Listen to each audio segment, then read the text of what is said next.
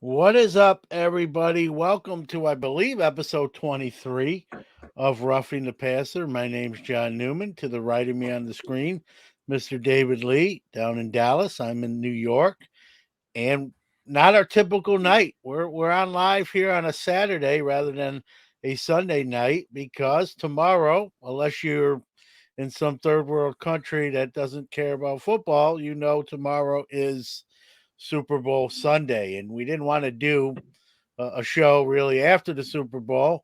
That kind of defeats the purpose, sort of. So we're going to do this and kind of talk about some oddball Super Bowl stuff, the game itself, spreads, and all that good stuff surrounding the game. We are rocking our six-pack coverage network shirts. We are happy to be on the six-pack coverage network. Go follow them on YouTube and other social medias. If you're not watching us live right now, you can catch the show there anytime in the archives there. It's usually up the following day, and you can catch us on all major audio platforms as well in just pure audio podcast form. And I usually try to get that up the next day on there as well. So here we are, man. It's the year's about over. We got one more game left to play. I'm going to brag. I got it half right. I picked the Rams to get this far. Here they are. Wasn't always pretty, and there were a few moments in their season where it didn't look like they'd get to this point, and here they are. And the Bengals, which none of us picked, and quite frankly, David, I think the only people that picked before the season started the Bengals to be in this game were Bengals fans or people who lie and say they made that pick before the season started. But here they are, and they've been underdogs in their three last and even games. The Bengals fans are kind of lying too. Yeah. I was gonna say, and there's Bengal fans that were probably more realistic, at least before the season started, that even knew better to pick their team to make the Super Bowl. They've won their last three games as underdogs, and here they are again for the fourth time in a row in the postseason as 4-point dogs in this game. And it's hard to even see them as an underdog at this point after winning three games as the dog. But we'll get into that here in a second. I found some interesting slides that I figure we can kind of lead off the show with surrounding like some Super Bowl, not so much trivia, but just funny, quirky stuff. So it's the fifth time the Rams have been in this game. They have one win to show for it. This is the second Bengals appearance. I remember their last one. They faced a guy named Joe Montana, and he came back and won that game. I remember watching that game at one of my very first jobs in the kitchen. No one wanted to work, so we all had the game on. What else we got here? Let me pull the banner down so we can read it. And the Bengals and the Rams, I was surprised by this. They've only played each other 14 times, with the Bengals actually leading that 8-6. The Bengals have won eight of those matchups to the Rams six times. And I was surprised they haven't played each other more, but being in different conferences, I'm sure that's obviously the main factor there. So this will be the 15th meeting. Going to the next slide here. Matt Stafford, this is his 13th year, will be his first Super Bowl. And, we can look at this as Joe Burrow's first season in a way, because his first season, his rookie Right. season, cut short by injury. So to be this fast tracked, basically 1.5 years into his career, and here he is, where it's taken Matt Stafford 13. We'll talk a little bit more about that when we really start to break down this game.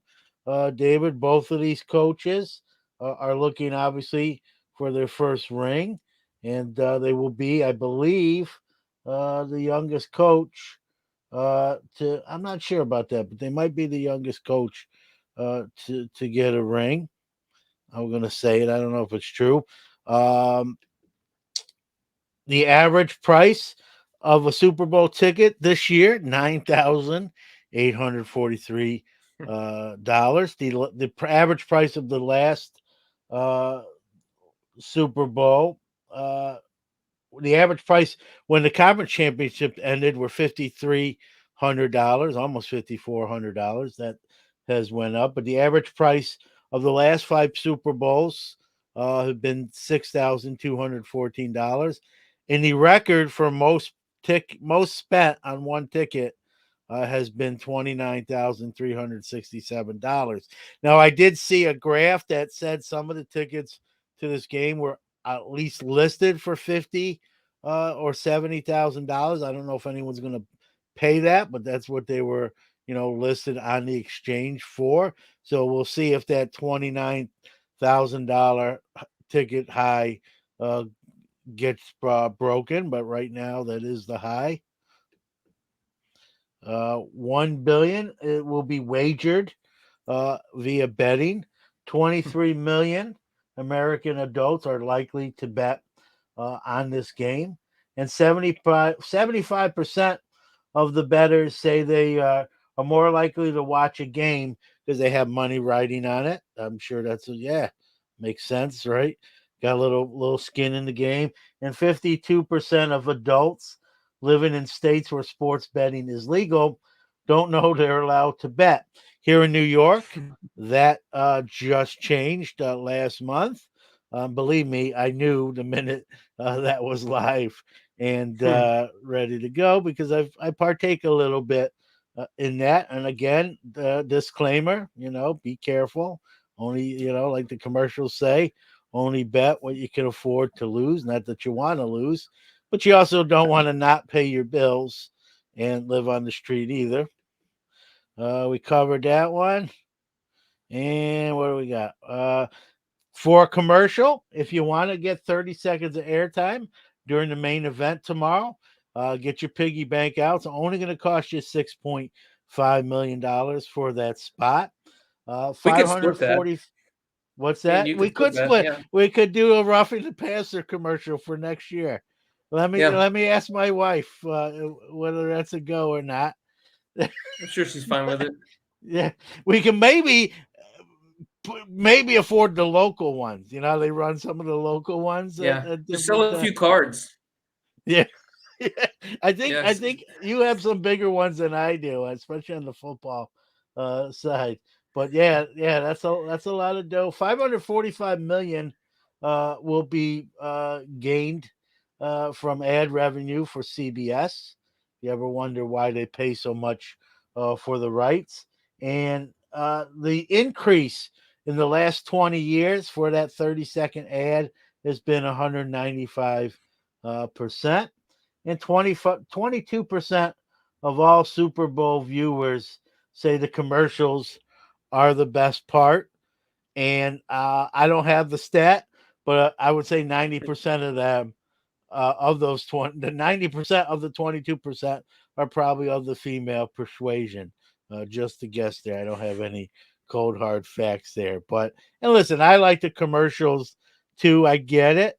But if that's the best part and not the game itself, uh, I don't know what to tell you. Uh, but there we go. So let's get into the nitty gritty. Before we get into that, we got to talk about the halftime show. I don't want to spend a ton of time, David, but they're going old school hip hop with the Dre, Snoop Hmm. Dogg, Eminem. There's a rumor that Tupac's going to show up in hologram form, Mary J. Blige, maybe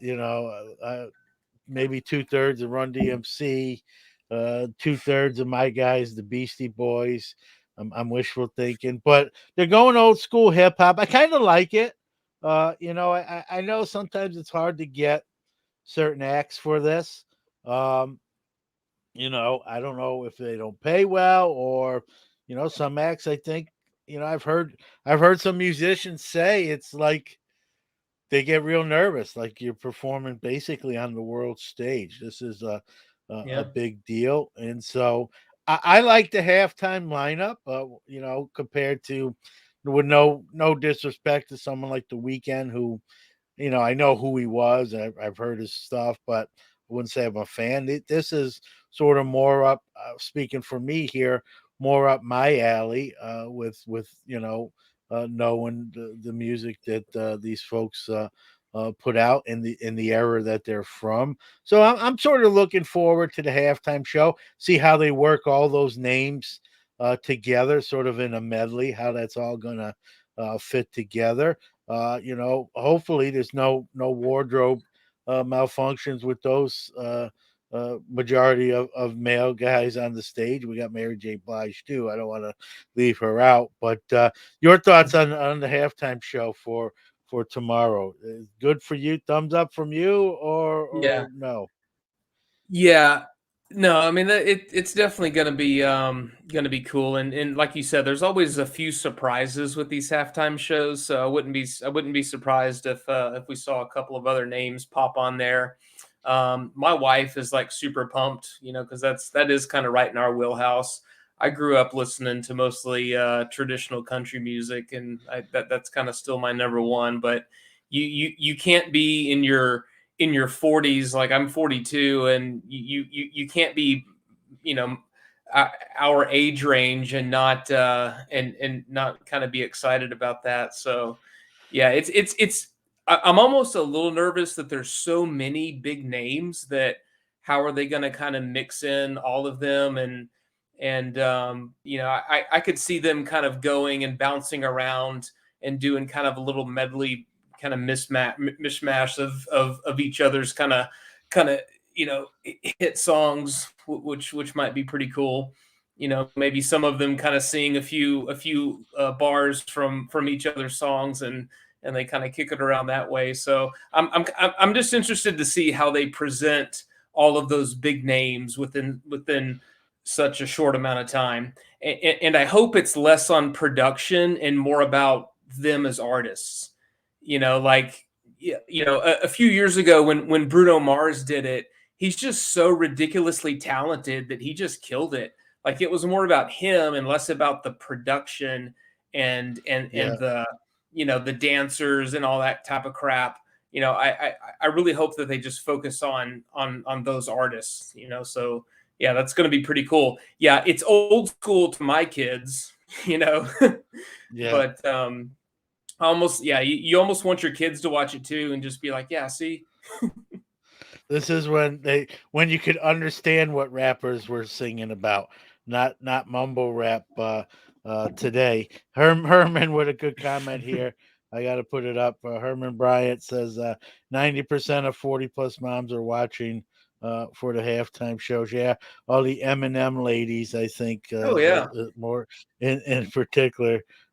It'd be funny. You mentioned like maybe one rapper singing the other rapper song or sort of intertwined. It'd be interesting to Yeah. hear Snoop Dogg say, "Mom spaghetti threw up, Mom spaghetti." Hearing it from it with a Yeah. different Eminem, sort Snoop, of yeah, tone. Trey, yeah.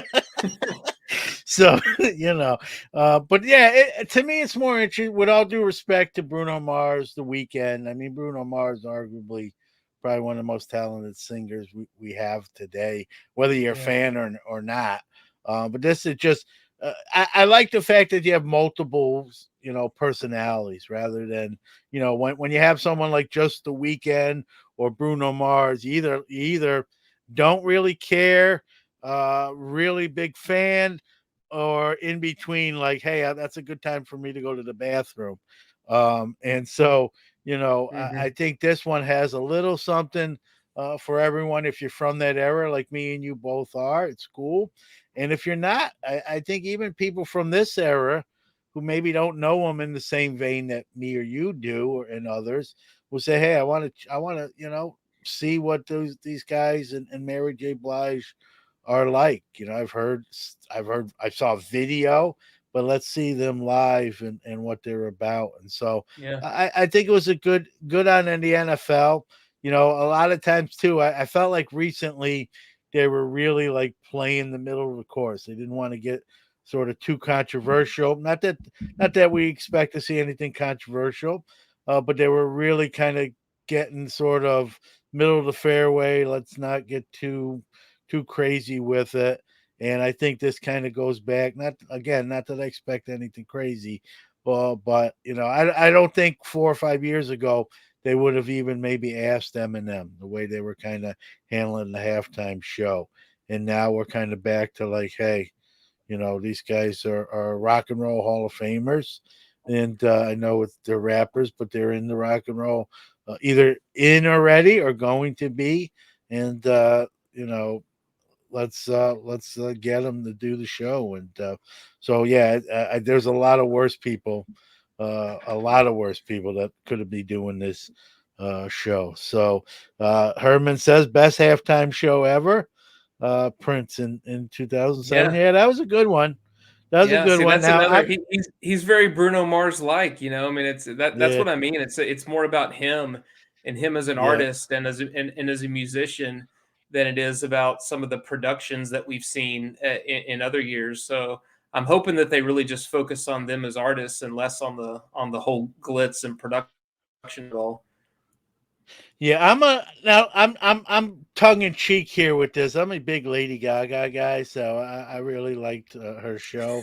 I don't know if I'll go out there and say it was the best one. There's been some good ones, but at least be in the mix for me to vote for it. But you know, uh, I like that from a personal point of view. But yeah, this one I got a feeling is going to be something we talk about. Something's going to happen, whether it's a Tupac hologram. I rumored.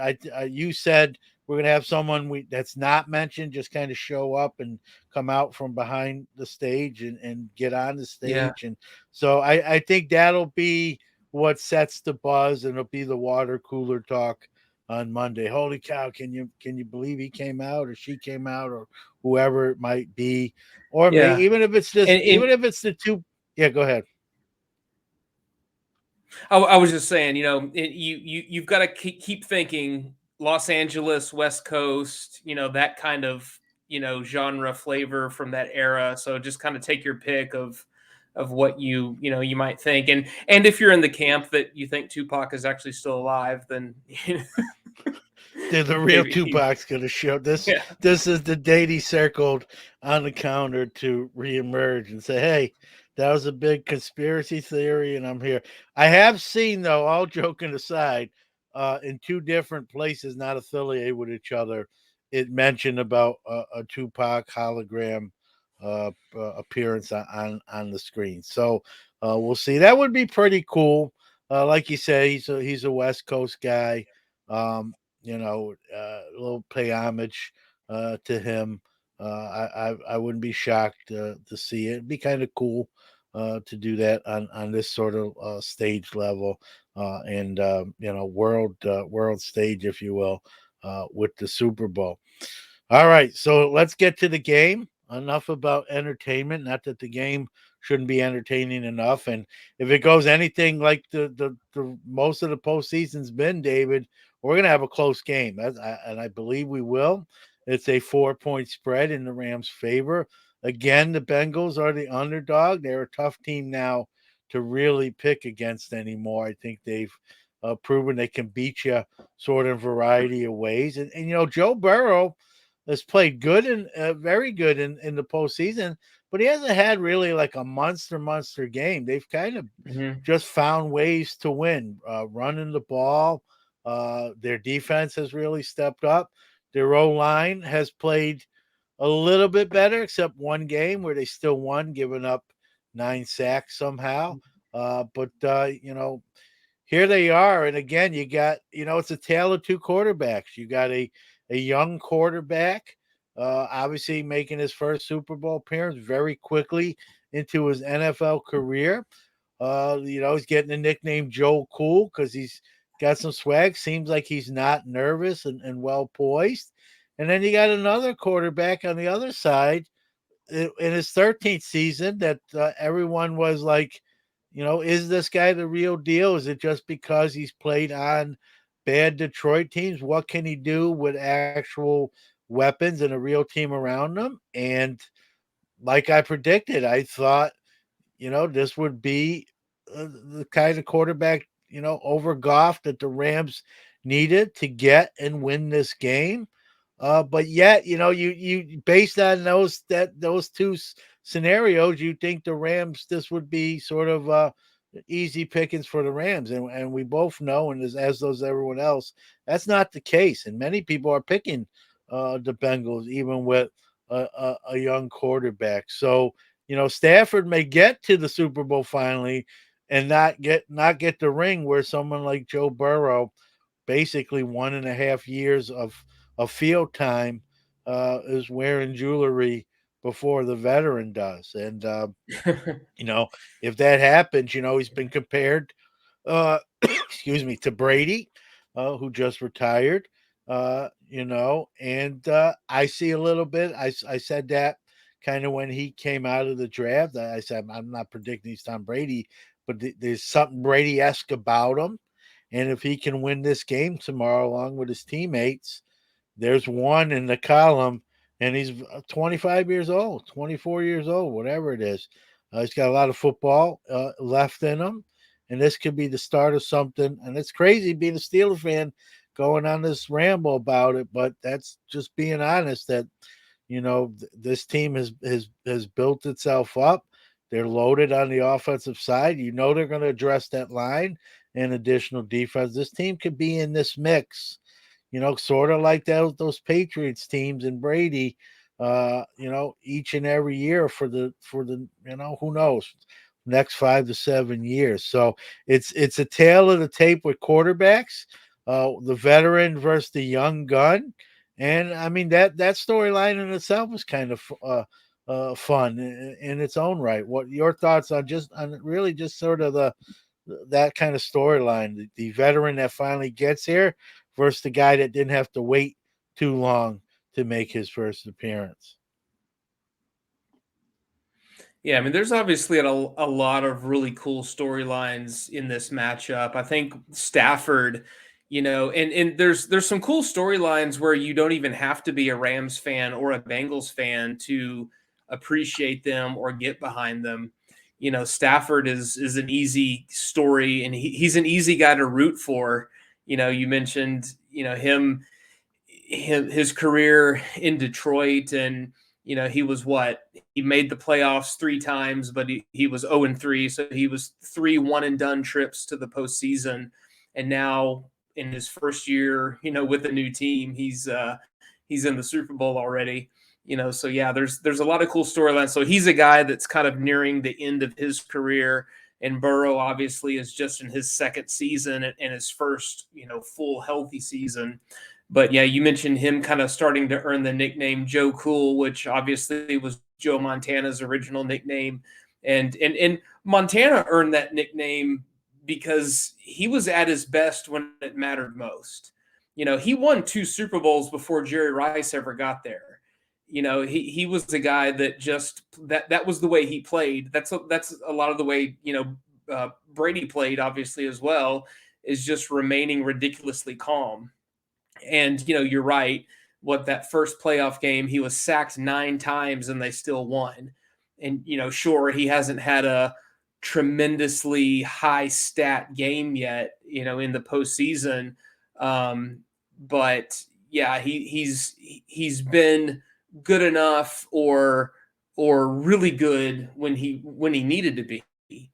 And that's kind of, when you have that type of confidence going in, and obviously they've been the underdog every step of the way, so they're still the underdog. They surely they're still ultra comfortable in still playing that role. They're the underdog again. They've got the young guy at quarterback versus a multiple Pro Bowler, prolific passer, longtime veteran in Stafford. But either way, I think either storyline could be can be really easy to get behind and root for, if you're just a football fan.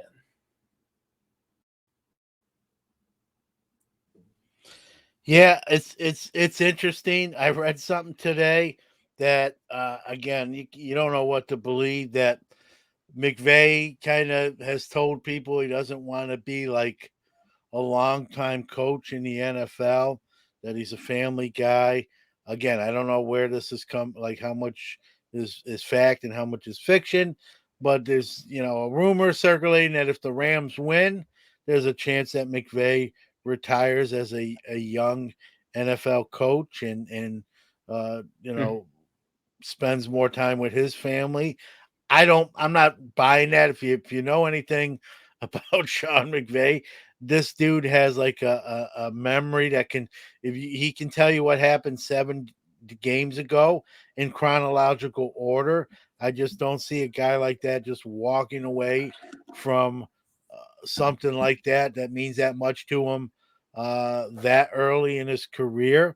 But again, I don't know. That would be to me shocking. But I don't know what's in his mind. If you're asking me, I say no. And you got two young coaches in McVay and Zach Taylor, and that's sort of when we're talking about some of these offseason hires, with the exception of a few spots, we're seeing a lot of these teams. David try to hire that young 30, maybe late 40s at the most type of coach. Tap into that young, new look NFL, not the old guard stuff. Now we've seen, some guys, Doug Peterson got hired in Jacksonville, but even that, if you know what happened in Jacksonville, that wasn't their first choice. Byron Leftwich was their first choice, but Byron Leftwich didn't want to work with the GM Trent Baalke, wanted him sort of fired, and Jacksonville wouldn't do it, so they went with Plan B. So even in that case, they were looking at a younger coach, and these that's sort of the trend line in the NFL, is to get younger in the coaching part of the game. And if you look at this game, you can point to maybe why teams are looking at that. You got two young, smart, innovative, bright young coaches, and here they are. And some weren't that far away when you look at Shanahan in the 49ers and Matt LaFleur in the Packers. And so, uh, one of these guys is going to get their first ring, and at a very young age. And when you look at these two guys, I don't know if it'll be, with the teams they are now, but possibly too. They could probably coach the next 20 years, barring they don't, fall on their face and struggle. And so this may, and if that McVay thing's a bunch of hogwash that I mentioned, I mean, this could be just the first of many appearances potentially for either one of these guys. And so it's going to be interesting to see that aspect. You got two young coaches against each other. You got the kid quarterback versus the veteran who finally broke through. You got two defenses that are playing pretty well. One that was expected to, with the Rams, and the Rams are literally, an all-star team. They just signed Hmm. a bunch of different guys. Jalen Ramsey they traded for. They signed Eric Weddle. They trade for Von Miller. They have Aaron Donald already.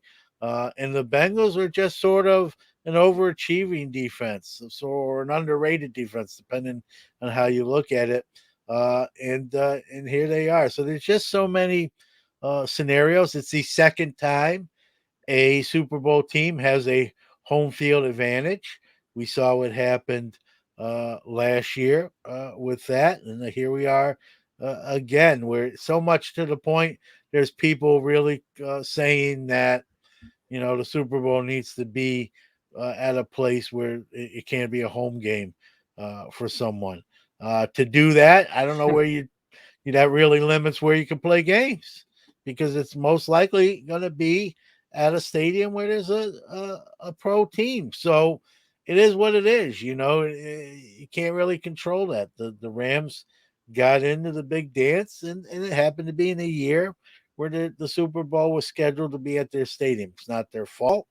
It is what it is, and I get the home field advantage, but Super Bowl tickets are not like regular season tickets, so it's not going to be 80,000 Rams fans there like you would see at a regular season home game or even a playoff game. The Super Bowl tickets are separate from season ticket packages and that sort of thing. So yes, the stadium is theirs, but the vibe in there won't be like a typical Rams home game. So you can't control that. I don't really want to see them get too crazy with it. It's not going to happen more often than it is going to happen, even though it is the second year in a row that it's occurred. But what are you going to do, right? You can't move the game, so you just got to play it. And I don't think the Bengals are going to win, lose, or draw. I don't think you're going to hear Bengals say, man, if we would have played that, or at least I hope not, somewhere else, the outcome could have been different. I heard some reports this morning, and Zach Taylor, the coach of the Bengals, said it was one of the best week practices they've had since he's been there. Now, that's good, I guess, but I don't expect him to really say something else. I don't expect the coach to say, man, it was Yeah. a rough week of practice. I got my fingers crossed for Yeah. Sunday. Yeah. So We're not some of ready. that, yeah, some of that's probably coach speak. And, so I'm not hearing that and taking all my money and putting it on the Bengals just because of something like that. But if it is accurate, and it may very well be, it may not be honest assessment. The Bengals right now are sort of playing with house money, and they're a hard team to pick against. We'll give our picks sort of as we kind of round out the show and close them. But your thoughts on some of the coaching storylines, the defenses, anything else, and then we'll get into kind of what we keys to victory and what we expect to see, and then we'll as we come down the stretch. Yeah, I mean, I think, we talked about Burrow and Stafford, but there's obviously a lot of other cool storylines and superstars to watch. I mean, this game has Burrow, the comeback player of the year after completely blowing up his knee, in his rookie season. And then you've got the offensive player of the year in Cooper Cup. You've got the offensive rookie of the year in Jamar Chase. You've got, like you said, just elite superstars on the Rams defense at every level of defense, throughout what they're rolling with. Obviously there's going to be a lot of people that want to see Stafford, win a title. There's a lot of people that would love to see Joe Burrow just keep doing what he's doing. I would think that the Bengals are, like I said, completely embracing the underdog role, that they probably even have hyped themselves up to say, we're happy that we're going to be playing in the Rams, the home stadium. That because if we beat them, then we're going to beat them, on their home stadium, and be the underdog again to over, when everybody, probably says that they, maybe don't belong in the Super Bowl, right? We've talked all season about how tight that AFC was when, at times it looked like the Bills, and at times it looked like the Chiefs, and then it looked like the Patriots for a little bit, then it looked like the Titans for a little bit, and here come the Bengals, who were the worst team in the league a couple of years ago, with the number one overall pick. Yeah, I mean, so there's a lot of things to watch in this game. You've got the Bengals rookie kicker who's been perfect in the postseason, and he's been absolutely crucial. He's earned a couple of nicknames: Money McPherson, Shooter McPherson. So pick your favorite nickname for him. So there's even him. He's kind of a Joe Cool type of attitude as well. So there's a lot of cool things to watch in this matchup. I think, I think it's going to come down to if I had to. I've been thinking about like what's to me what's the biggest, most important matchup, and I think it's going to be the Rams' defensive line or maybe their front seven, or whatever they're rolling, versus the Bengals' ability. The Bengals' offensive line, and if they use Mixon or P Ryan as a blocker, can they, you know, can they keep Burrow off the ground, less than 9 times or 7 times or whatever. I think that's really the key to the game, because I think Cooper Kupp is going to get his. I think Cooper Kupp's going to get 100 to 125 yards no matter what. He's going to get a touchdown or two. Stafford's going to throw a couple touchdowns. The Rams running game is a little kind of iffy. Akers is back, but he's not nearly as effective as he was, a year ago. Beckham is a weapon, obviously, for the Rams. So I think, to me, and even Jamar Chase, he's probably going to get his too. Mixon was like the third or fourth, leading running back in the NFL this year. He scored like 13 touchdowns. So no matter what, I think these guys are going to kind of get theirs. But I keep looking at that line of scrimmage with the Bengals offensive line versus the Rams, um, defensive line / front seven. So that's what I'm really looking at. And yeah, coaching wise, it's cool to see some young coaches in there. McVay's obviously been there before. 3 years ago when he really got out coached by Belichick. I think that was really clear. The Rams had nothing. They had a lot of good stars on that team, but he just really got out coached. So maybe this is kind of a he's now kind of have the upper hand kind of a thing. So. But yeah, there's a lot of cool things to watch in this game. There's a lot of cool things to get behind. Like I said, even if you're not a Bengals or Rams fan. Yeah, well said. I want to piggyback off a couple of things. You're right on. You stole my thunder because I think you're right on. I think the game is going to be won in the trenches here. Whoever does the better job. If that Bengals O line can hold up and keep Joe Burrow upright and open some holes for Mixon, they very well might win the game. But if it's going to be 6, 7, 8, 9 sacks given up, and that Rams defense, against this O line, the way it's played at times, if the Bengals O line is at their worst and that Rams defense is at their firing on all cylinders, this game could be. I don't think we're going to see a blowout either way, but it could be an easier victory for the Rams in those kind of scenarios. I think we'll get somewhere in between. I think for Joe Mixon, he's gotta have a Joe Mixon type game. We talked about him during the year, David, where one game he looked like that elite running back that's at the top of the charts, and in other games, 15 carries, 46 yards. Like that game won't get it done tomorrow. I think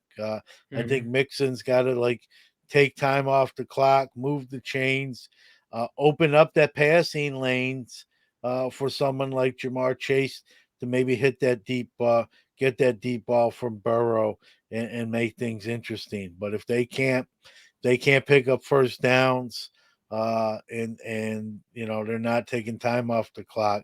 I think it plays a little bit into the type of game the Rams want to play.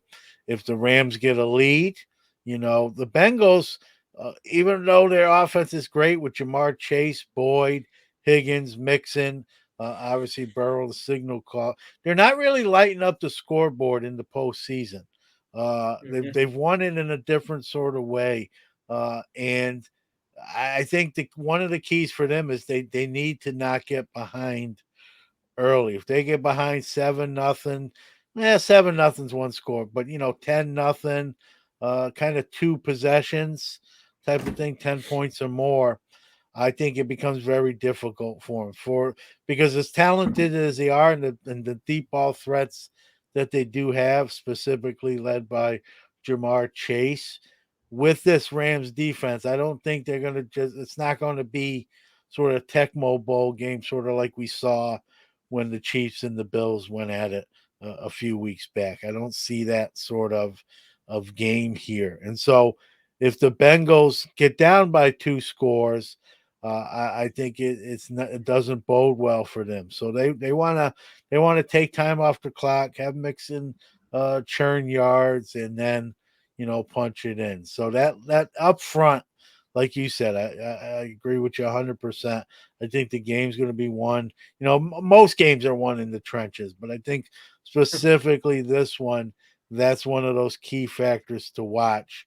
How both sides perform up front is going to really dictate maybe how this game goes or doesn't go for each particular team. For the Rams, Stafford's been excellent in the playoffs, but every once in a while that error, right? That errant ball, or when he doesn't get enough oomph on it and it gets picked off. I mean, even in that 49ers game, Tart makes an interception catch, and we might be talking about a 49ers Bengals Super Bowl matchup Hmm. here. And so, it's a game of inches, as they say. It's a game, one throw. Again, I'm not picking on him. He's played great. I think over 20 touchdowns in the postseason alone, but he's shown where he can make an error.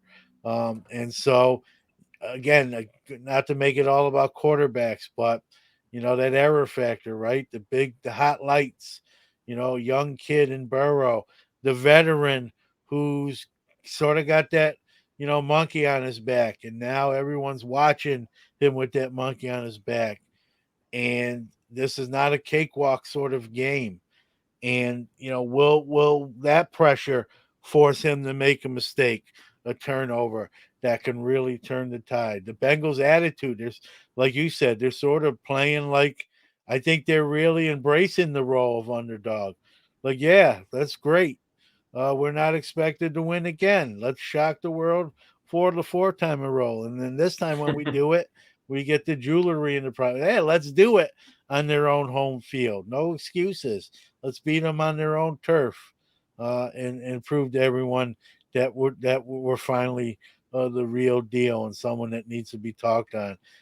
And you mentioned a great point. When we were doing the show all year, right? At different points of the season, different teams emerged in the AFC, right? Like you said, we talked Hmm. about the Bills look like the team now. The Chiefs now got their defenses starting to kick it in gear. They're starting to win. They look good. The Patriots, when they took over the AFC North lead and were beating teams by a respectable clip. Oh, look, they're back sooner than we thought with Mac Jones. Right. And and we've never really talked about the Bengals, even though they were slowly moving up the AFC North and took the crown. We sort of kind of just said, oh, look at this cute team. They'll be an early out in the playoffs if they even get in it because they hadn't wrapped it Yeah. up yet.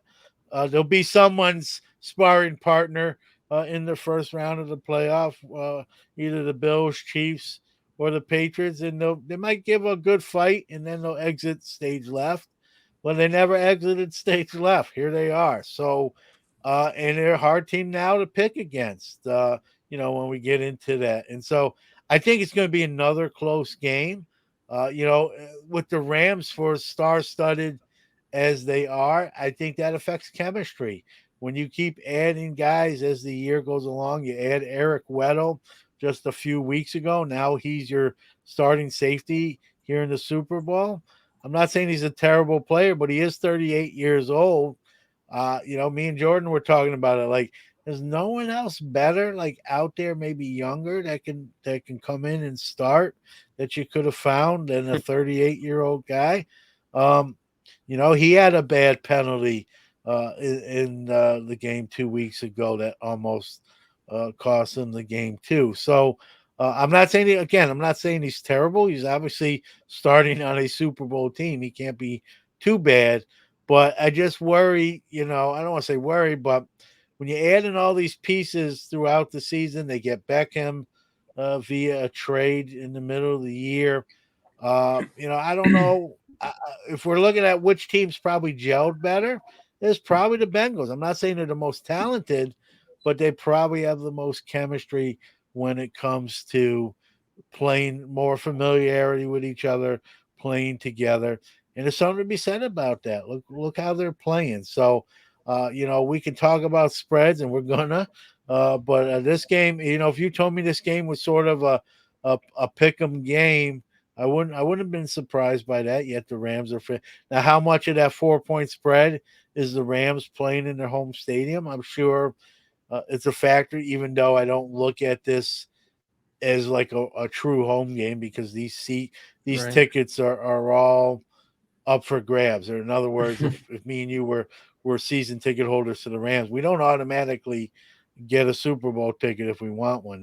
These are like a separate entity. Now playoffs, yes, but not the Super Bowl. It's in a sense, this is considered a neutral site game, even though it's in the Rams home field. So sure, there'll be Rams fans there that pony up the dollar signs to see their team play in their home park, but not on a typical Sunday or Monday night or Thursday night game. So yes, the field's the same, but the stands will be with different people in it. So I don't know how much of a factor that is. I mean, if everything's par for the course, we're probably looking at either an overtime game or a walk-off field goal win by whoever that kicker is that boots it through the Yeah. uprights. Well, I think So the one thing I would say about talking about a possible like home field advantage is the Super Bowl turns the whole city into like an NFL extravaganza for 2 weeks with the NFL experience and the media Radio Row and all the events surrounding the Super Bowl and the hotels and all that type of stuff. So the press conferences and everything. So a part of that, I think, too, is just sticking in your hometown and your backyard and practicing and not having to do the travel and all that stuff. And yeah, all these guys are professionals and everything, but I think I think that can matter too, just in terms of like, hey, this is our city, and there's all these events here, and we brought all this to our hometown fans, and our and they're doing all these events, around here. And if you've ever been to the NFL experience, or just, the host city for the Super Bowl, it really turns into like NFL town for about 2 weeks. It's actually pretty cool. So, that might be a little part of it too, is just kind of this little pride of like, you know, hey, we were part of bringing this, to our hometown. yeah, and I'll be honest, I forgot about that element. It's a good point by you, David. It slipped my mind that the travel's less. Their families may already be living there. They may have a house there, so that traveling and that scrambling around, like the Bengals are most likely doing, and their families. That's a great point. That sure, the Bengals might have that like relaxed, hey, we're the underdog swagger, where the Rams have, hey, we're relaxed because we just haven't had to scramble around with lodging or meeting family. We already had that taken care of because it's something we've done for half the season, with our home games being half the season played here. So that is a good point. So each team sort of has something they sort of can hang their hat on, that they can say gives them sort of the mental edge. If you look at those, what you said for the Rams, being this is their home park and home city, and for me, what I said with the Bengals, sort of like just embracing that underdog role. And hey, this is just another game we're expected to lose, like the last three, and here we still are, and let's just do it one more time, and then have a big parade, and then next year become uh, the hunted rather than the hunter. And so there are a lot of storylines: the quarterback storyline, the young coach storyline, home field advantage in air quotes for the Rams, the underdog role for the Bengals, and I think it's going to be a close game, a good game. I'm not expecting a blowout either way. I don't think the Bengals really have the makeup. Well, they can win for sure. I don't think they have the makeup to really blow, unless they're playing the Steelers twice a year, as we saw. But under normal circumstances, I don't think they're gonna. I don't see them even if they win. I don't see this being a blowout type of Bengals game. Who knows anymore, right?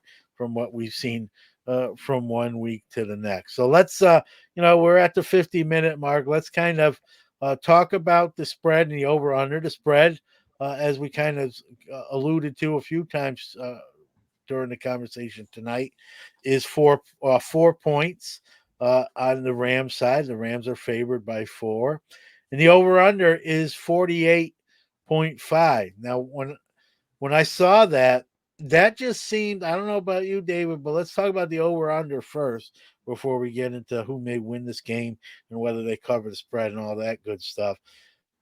48.5 seems low to me. I'm not saying this is going to be the Chiefs and Bills game where they score what, almost 100 points combined. I don't believe that, but 48.5 just seems kind of low. Now, again, I don't work in Vegas, so they might have it right, and that's why they're there. And I'm in Syracuse, New York. But what do you think about what hits you when you look at the over and under at 48.5 points? You know, I honestly could see that kind of going either way. You mentioned earlier how the Bengals really haven't, blown any, put up a ton of points in the postseason. I think like 26 or 27 is the most that they've put up, so far. And they had that one, their second, win against Tennessee, I think was both teams scored in the teens, less than 20. So the Bengals have been kind of rolling with that type of lower scoring, through the playoffs too. And then we saw the Rams just kind of squeak by a really pesky 49ers team and really needed the fourth quarter to kind of pull that game out. And the Bengals are that type of little pesky, team. You talked about their defense being a little underrated, and you can't really pinpoint like why has their defense been so good lately. If the Rams, were doing that, you'd say, well, it's Aaron Darnold and it's Von Miller and it's Jalen Ramsey. Of course, they have a superstars on their defense. So I can kind of see that. It does seem low, and you would almost kind of hope that you have more than 48 total points in a Super Bowl. You'd kind of like to see that, maybe. But I can kind of see it, either way. I don't think it'll be a blowout, like you said. But if you say, well, the Rams are going to score 28 and the Bengals are going to score 20, or something like that, I could see that, you know. But I could also see it going, well into into the 50s, with the total. I'd be pretty surprised if it was, in the low 40s, for a total, but not blown away by that. So I think a lot of it has to do with the fact that the Bengals have been kind of winning these lower scoring games a little bit. And like I said, the Rams kind of needed a hot fourth quarter to get past the 49ers a couple weeks ago. Yeah, no, I get it. I know why it's low. It's like you said, and we both said, the Bengals not really lighting the scoreboard up. Even the Rams have played some quieter games for that offense when you compare it to their regular season performance, and that they're probably looking at that. When I look at this game, I sort of see a 28-24 game, a 31-24 game. That's Mm-hmm. 55 points. If it's 28-24, that's 52. Still higher than that 48.5. So that's where I would be. I'll be putting $5, let's say, on the over tomorrow. Yeah, I would And bet on the over if if yeah, if, if I had to. yeah, Yep. So I'm going over. Now let's close out the show here with the spread itself, and really, I guess we have two picks to make in a sense, against the spread and just who we see in a sense winning the game. In other words, you could pick the Rams to not cover the spread and still win. It's a 4-point spread in their head in their favor. Now I'm going to take the Rams, but I'm going to be very honest here. And the reason I'm doing it may not be the smartest reason, but I picked them before the season started. And I almost feel like if I don't, you know what I mean? I didn't see it through. And like I didn't, if you take up that sword, you got to charge on the battlefield and either win the battle or die in glory on your back on that field of battle. So I'm going to take the Rams in the 4 points. But if honestly, if you took out the preseason picks of me taking the Rams, if that wasn't the case, had I taken another team in the NFC and now the Rams are here, my head really starting to really look at the Bengals and say, again, this is a similar game to the matchups. And, I look at the Chiefs offense. To me, as crazy as it might sound, the Chiefs offense is scarier than the Rams offense. And yet we've seen what happened there. They shut them down in the second half when they had to. It was the only way they could win the game was to really buck up and stop them in the second half. That was their only shot, and they got it done. So my head says Bengals, but my heart says Rams because I picked them before the season starts. So I know You that's did. sort of a cop out way to go, but I'll take I got to pick one and not both. So I'm going to take the Rams in the 4 and the over. Again, I wouldn't be shocked if the Bengals win this outright and the Rams not only don't cover but just plain out lose. You've already said you would pick the over, but let's talk about the spread and who wins for you. No, I've got to agree with you on all that. I just think the Rams have too much power, for the Bengals. I do think it'll be a pretty close game. Even if Burrow gets sacked 8 times, and the Bengals offensive line, kind of falls apart a little bit. We've seen the Bengals overcome, a poor offensive line play, so far.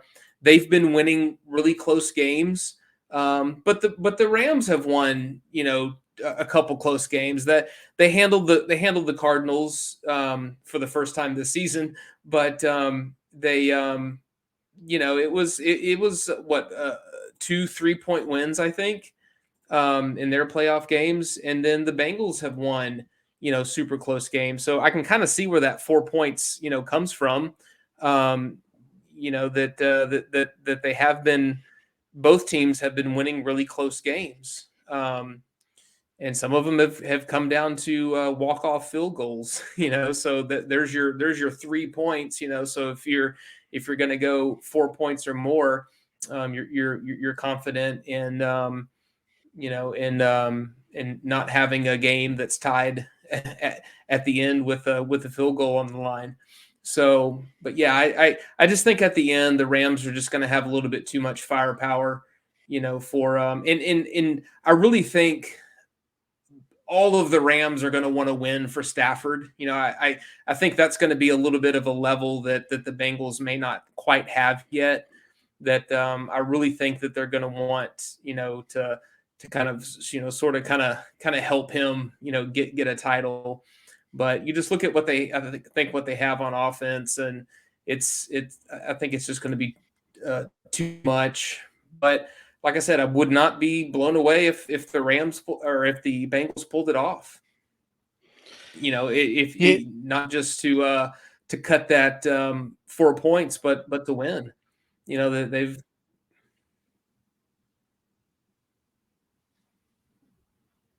Yeah, I again, I think it's gonna be close. I think what makes me a little, if I'm a Bengals fan, obviously being a Steeler fan, I'm the opposite of a Bengals fan. But if I was a Bengals fan, I'd be really concerned with, the line again. And you got some beasts that they have to block. And just to name a couple, Von Miller and Aaron Donald. That's quite a duo. And then there's other Yeah. guys too that get overlooked because of those two big names. And I get nervous thinking like, if Burrow takes a shot early, one or two things potentially could happen there. One is worst case scenario, right? Game ending injury where he's done for the day. If that happens, the game's over. I mean, if Hmm. the backup quarterback comes in for the Bengals, it's game set match. Unless it happens late in the game where the Bengals are already up and they just hold on, sure. But if it happens when the game is undecided, and I'm not rooting for that, God forbid, but that's the potential when you give up 6 to 9 sacks a game, is that any one of those can put the quarterback out for at minimum potentially that game.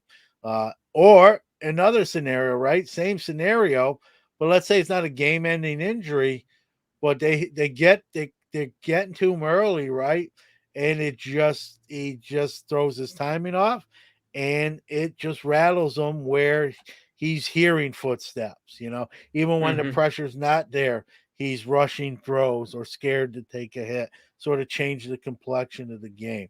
I'm not saying I truthfully predict that, but I could see that becoming a storyline if that Bengals O line really reverts back to sometimes things we've seen. Like you said, first playoff game, 9, they were lucky to win after Burrow sacked 9 times. If Burrow sacked, Yeah. and I'm not saying I predict this, but if that game was to repeat itself and Burrow sacked, if Burrow sacks 6 times or more tomorrow, there's no way the Bengals are going to overcome that in this type of game against the Rams team, where they have a pretty good offense themselves with Stafford and Cup and Beckham and those guys. So 6 or more sacks, and the Rams going to win this game. Might be still close, but they're going to win this game. And so I looked to that storyline. You said it right early on in the show, and I was nodding because that's really where I was going to hang my hat on too.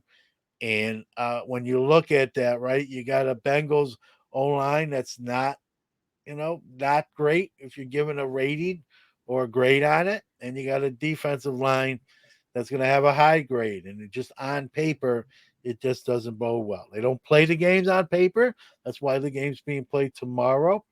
But if things go according to, tail of the tape as they do in boxing, I think the advantage right there is the Rams. I think that's where the game's won, like you said, David. I agree with you 100%. Now, if that Bengals front line, O line, really puts up a performance and does their job over and beyond, that's how the Bengals win. So I think that's where the game sort of comes down to. Not to make it that simple, but I almost think it really is, at the end of the day. So, we're gonna see. We're gonna see, and it's gonna be fun to watch and halftime, all the stuff. Food, obviously, and here we're not having a party. We're not going anywhere, but we already placed an order for some pizza, some salad, chicken riggies, and I need to some send you some some Texas brisket then. yeah, I'd eat it. Believe me, I've had it when I came down there to Dallas list. We smoke And brisket no matter what time of year it is here in yeah, Texas. yeah. So we're gonna eat. I don't know about you. Chicken wings are a big Super Bowl thing, but they're like a lot of money now with the super inflation we have now, and so Yeah. I'll have some, but definitely gonna load up on chicken riggies and enjoy the game, enjoy the halftime show. I think we're gonna get. I think we're in line, David, for another great postseason game just to kind of wrap up the year. And I think, regardless of what happens tomorrow, and I'm being honest here, whether I'm a Steeler fan or not, I think the Bengals are going to, when we do our picks next year, we're not going to forget about the Bengals no more. I don't think this is Yeah.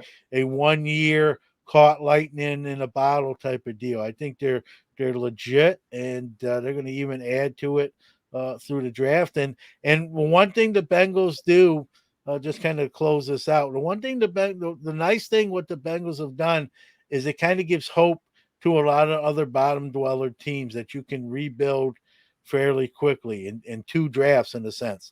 They had the number one pick when they took Burrow, and they had the number two pick the next year when they took Chase, and here they are. And so those teams out there that are near the bottom of their division standings or in the league standings can say, "Hey, couple good drafts, we can reverse our fortunes." And I think the Bengals did that. They didn't win the AFC North by accident. I think they're legit.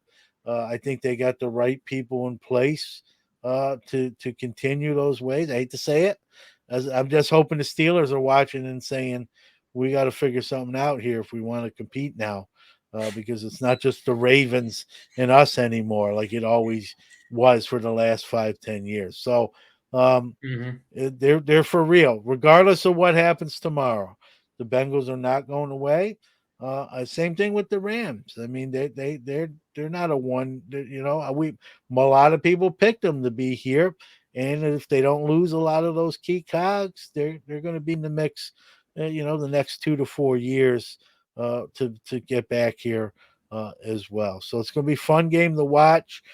Decent halftime show, I believe. Uh, some good food, and back to work on Monday until they make it a national holiday. So, any closing thoughts from you other than No, I'm just looking getting forward to it, everyone man. Like I said, drooling on Texas there's a lot of brisket? stuff to watch in this game. Yeah, Yeah, no, yeah, no. we'll have plenty, but yeah, you're right. Brisket prices Listen, are ultra You high can right now, but priority we mail some of that to New York. all right. I got to figure out how to pack it. Keep that smoke flavor in there. Listen, if you see me, I'm not too picky. I'll reheat that thing and figure a way to eat Yeah, it, and I'm sure it'll still taste good. So, but yeah. that's going to do it. We're right about a little over the hour, but that's okay. We're on here on a Saturday. Just want to tell everyone, I don't have to tell you, from me and David, enjoy the game, enjoy the show, enjoy the food. And we'll see in the off season. We may not be every Sunday. We may just pick weeks where it's a heavy news cycle that week and kind of jump on. We'll give you some notice when we're going to be on to talk about some of the goings on that weeks. And then as the season winds closer, we'll start doing all of our preseason stuff, including our pick shows and all that stuff. So again, you can catch us live most on normal part of the year, Sunday nights at 9:30. And you can catch us, if you don't catch us live, you can catch the audio part on most major podcast platforms. And you can always catch the video the day after on the Six Pack Coverage Network's YouTube channel as well. David, thanks for a fun year. It's great. You Yeah. won the regular season picks title. I'm going to claim, I kind of stopped keeping track. I had a couple games lead. I'm still going to claim the postseason picks title. And Jordan, probably the best part about that is Jordan gets a hand in neither one of those. And unfortunately he's not here tonight, so I can rub that in his face live. But I'll tell him off the air as I usually do. So enjoy the game tomorrow with family and friends, and we'll see you probably sooner than later. So take All care. right.